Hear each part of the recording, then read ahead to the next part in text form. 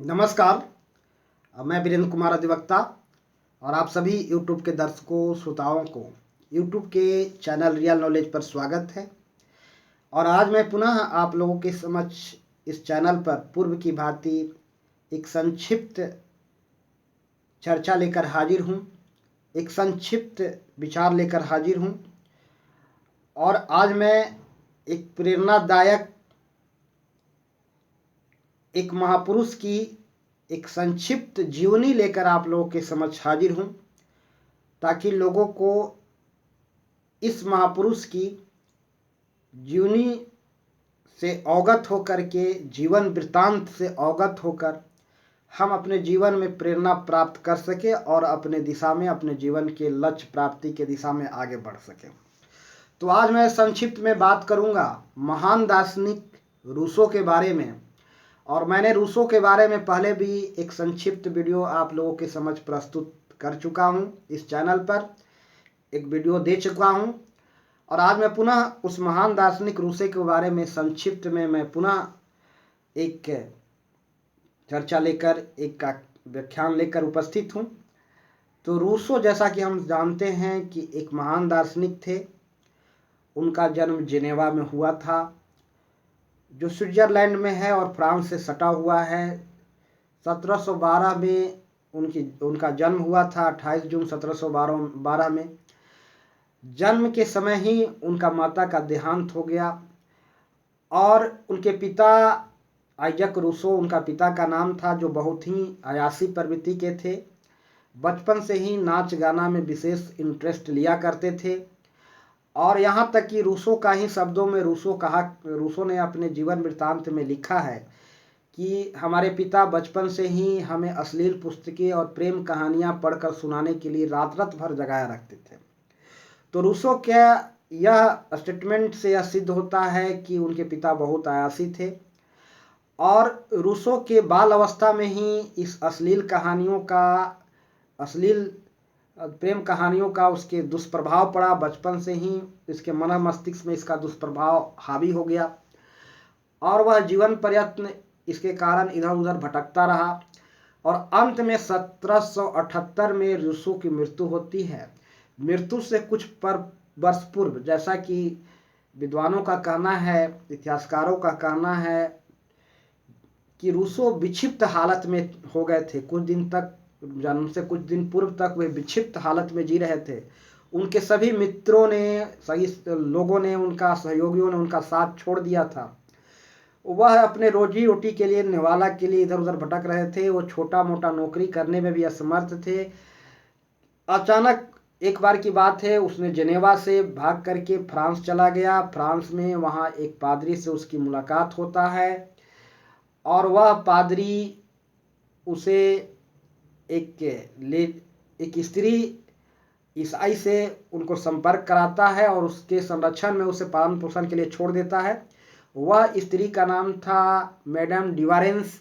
और जिस स्त्री ने माता के अभाव में उसे लालन पालन करने का, भरण पोषण करने का जवाबदेही उठाया, रूसो उसी के साथ प्रेम करने लगा। और अचानक जब उसके प्रेम को वह स्वीकार नहीं की, उस लेडीज मैडम डिवारेंस, तो वह उसका घर छोड़कर कुछ दिनों के लिए भाग गया। पुनः दर ठोकर खाने के बाद पुनः वह मैडम डिवारेंस के पास आ जाता है। और मैडम डिवारेंस अपने प्रति इतनी लगाव को देख करके, इतने अटैचमेंट को देख करके, अपने प्रति श्रद्धा को देख करके, वह मैडम डिवारेंस, एक ईसाई स्त्री, उसके प्रेम को स्वीकार कर लेती है। लेकिन कुछ दिन के बाद पुनः वह फ्रांस से अपने पैतृक गांव जिनेवा आ जाता है रूसो। तब तक इधर मैडम डिवारेंस किसी और से प्रेम करने लग जाती है। लौटने के बाद जब रूसो उसके पास जाता है तो रूसो को बहुत गहरा चोट लगता है, बहुत धक्का लगता है। वह 2 वर्षों तक प्रताड़ित और प्रीत जीवन जीता है। हम यहाँ यह कह सकते हैं कि महान दार्शनिक रूसो का जीवनी एक चित्रपट की कहानी सिद्ध होता है, एक उपन्यास सिद्ध होता है। बहुत सारे दार्शनिकों का यह मूल रूप से अपने लेखनी, अपने द्वारा प्रतिपादित सिद्धांतों से जाने जाते हैं। लेकिन रूसो एक अपवादित ऐसा दार्शनिक थे जो अपने प्रतिपादित सिद्धांतों के साथ साथ अपने जीवन वृत्तांत के से भी जाने जाते हैं। उनके जीवन के वृत्तांत में अनेक ऐसे कहानी कथा जुड़ा हुआ है जो बहुत ही दिलचस्प उनकी जीवनी है। यहाँ तक कहा जा सकता है कि यह एक रोमांचकारी उपन्यास सिद्ध हो सकता है उसका जीवनी, एक चित्रपट की कहानी सिद्ध हो सकता है उसका जीवनी। तो मैं उनके जीवनी के बारे में संक्षिप्त में यहाँ बात करूँगा। अब मैं बात को आगे बढ़ाता हूँ को मैडम डिवारेंस से विलग हो जाता है, 2 वर्षों तक प्रताड़ित जीवन जीता है, फिर उधर नौकरी के लिए भटकते रहता है। एक बार फ्रांस के राजदूत के यहाँ उसे नौकरी मिलती है मित्रों के सहयोग से, लेकिन वह वहाँ 18 महीने तक टिक पाता है, वहाँ भी वह काम नहीं कर पाता है। उसके इस एटीट्यूड से सारे मित्र उससे नाराज होकर उसका साथ छोड़ देते हैं। उसके पास जीवन पर विपत्तियों का पहाड़ आ जाता है जीवन में। अंत में वह पागल सा हो जाता है, विक्षिप्त हो जाता है रूसो। और फिर बाद में एक थेरेंसी नामक एक धोबिन से, अत्यंत पिछड़ा गरीब स्त्री से वह प्यार करने लग जाता है। फिर उससे शादी भी कर लेता है और उससे 5 बच्चे भी होते हैं, लेकिन रूसो सभी बच्चों को अनाथालय में छोड़ देता है, किसी को अपने पास नहीं रखता। अंत में बहुत ही विक्षिप्त सा स्थिति हो जाती है रूसो को, और वह पागल की तरह इधर उधर भटकते रहता है और अंत में वह विक्षिप्त होकर के मरा। इतिहास में इस बात को वर्णित है कि सामाजिक तिरस्कार उसे शुरू से अंत तक झेलना पड़ा, सामाजिक अवहेलना का मार उसे झेलना पड़ा और वह विक्षिप्त हो गया। लेकिन रूसो की जीवनी के साथ साथ उसके द्वारा प्रतिपादित सिद्धांत आज दुनिया के इतिहास में अमर है और वह रूसो को भी अमर बना चुका है। रूसो के सोशल कॉन्ट्रैक्ट थ्योरी के आधार पर ही आज दुनिया में लोकतंत्र चल रहा है और रूसो द्वारा प्रतिपादित सिद्धांत के आधार पर ही फ्रांस में राज्य क्रांति हुई थी 11 वर्ष बाद, यानी 1789 में फ्रांस में राज क्रांति हुई थी। और इस प्रकार रूसो के द्वारा प्रतिपादित सिद्धांतों का फ्रांस की राज क्रांति पर के पृष्ठभूमि तैयार किया और फ्रांस में अनाचारी निरंकुश राजतंत्र का नींव उखाड़ देने में रूसो के सिद्धांतों का, रूसो का अहम भूमिका है।